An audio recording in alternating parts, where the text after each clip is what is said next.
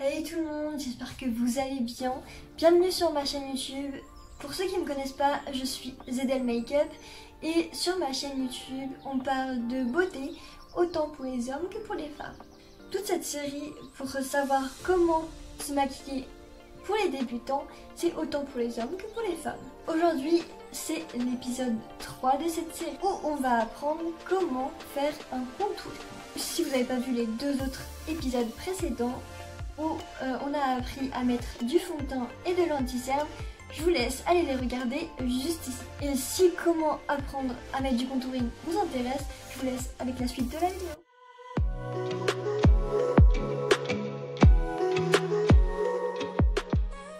Donc il y a deux techniques pour faire un contouring. Soit vous prenez un crayon contouring, donc moi c'est celui de chez Maybelline New York. Donc voilà, et c'est la teinte Medium Dark. Ou soit, vous prenez un anti-cerne plus foncé que votre carnation, donc vraiment beaucoup plus foncé, genre 5 teintes au-dessus de votre carnation minimum.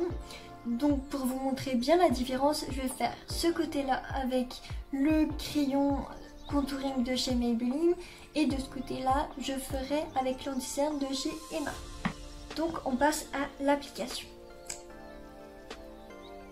On va mettre juste ici, donc c'est juste en dessous l'os de la pommette qui va se rejoindre aux lèvres, mais on va jusqu'à la moitié. Ensuite on en met juste ici, hop, et vous pouvez en mettre un peu là. Si vous voulez affiner votre mâchoire, je vous conseille d'en mettre un peu. Puis après il y a le nez, mais je vous montrerai plus en détail par la suite. Pareil avec le crayon. Hop.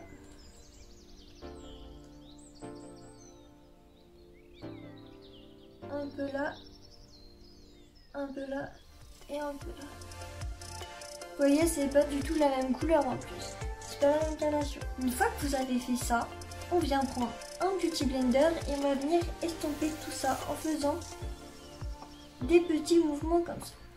Donc là j'en ai mis beaucoup trop. J'avais oublié qu'il était foncé cet anti-cerne. J'aurais dû prendre une teinte un peu en dessous. Vous voyez, c'est assez foncé, mais on peut toujours estomper avec l'autre côté de mon beauty blender que j'ai utilisé pour appliquer mon fond de teint et mon anti-cerne. Puis on fait également ici sur les tempes.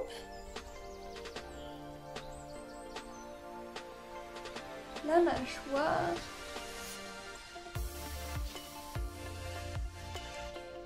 On glisse vraiment bien vers les oreilles pour pas faire de démarcation.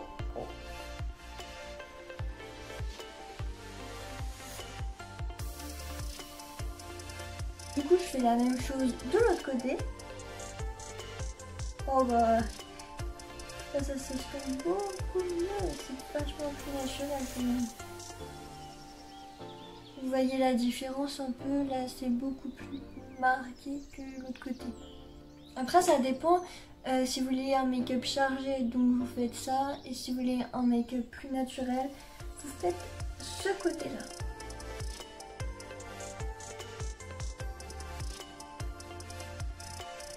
Vous voyez, c'est vachement plus naturel.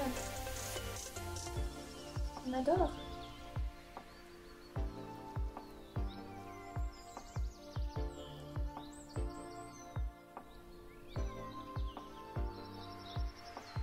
Dites-moi en commentaire si vous préférez ce côté-là ou ce côté-là.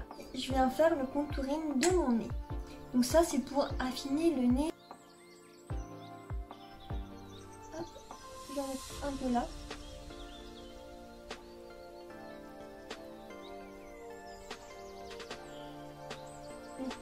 Je vais repasser sur l'arête de mon nez. Mais en faisant une ligne bien droite. Voilà, comme ceci. Donc une fois qu'on a fait ça, on vient prendre un petit pinceau et on va estomper le tout.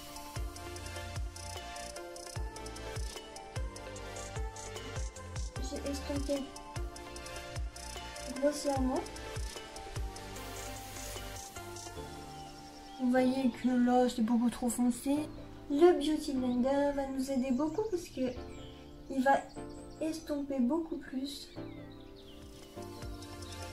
Et puis comme on a mis notre anti-cerne avec le Beauty Blender, ça ajoute un peu d'anti-cerne et ça vient l'éclaircir.